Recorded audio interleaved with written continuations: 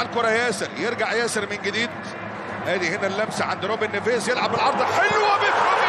متروفيتش المترو،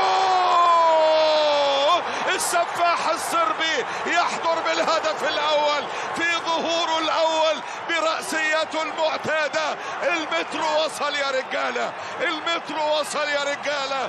السفاح الصربي يسجل الهدف الاول للهلال بعرضية رائعة من نيفيز.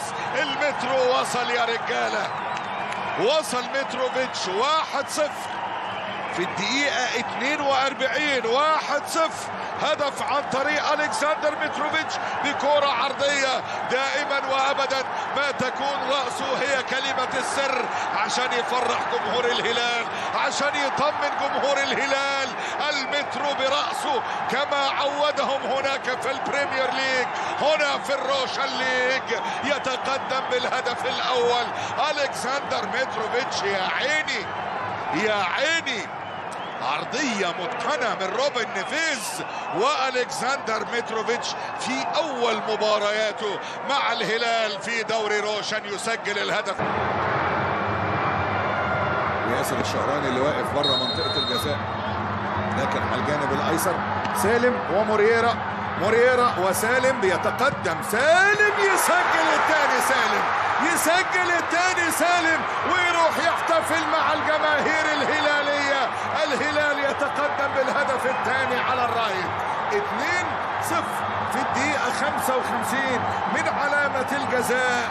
سالم الدوسري يضيف الهدف الثاني عشان تبقى 2 الهلال لا شيء الرايت.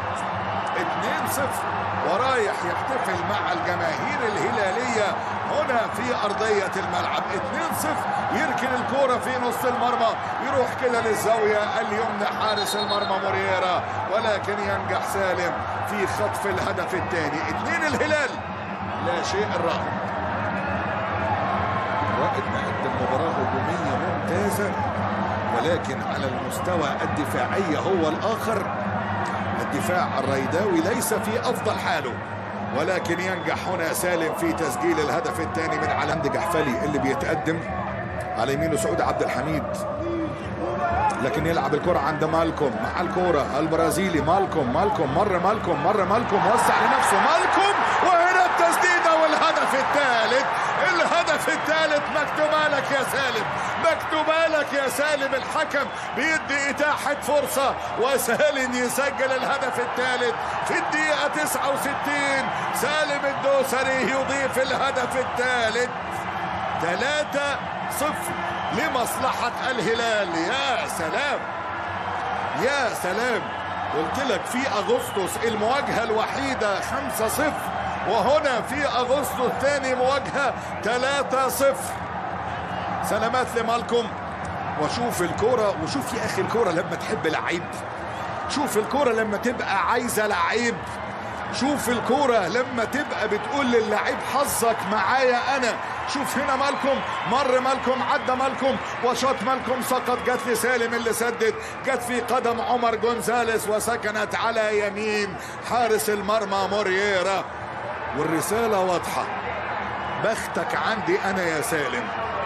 الكورة بتقول له بختك وحظك معايا أنا يا سالم. شوف هنا الكورة والتسديدة، وحكم المباراة ادى إتاحة الفرصة، سجل منها سالم تالي الأهداف 3. هدف في ظل التراجع من الوحدة اللي يعني تقدر تقول استسلم بعد الهدف الثالث، استسلم تماما. وادي الكرة من سالم، مر سالم، عدى سالم، وعبد الله الحمدان على مرتين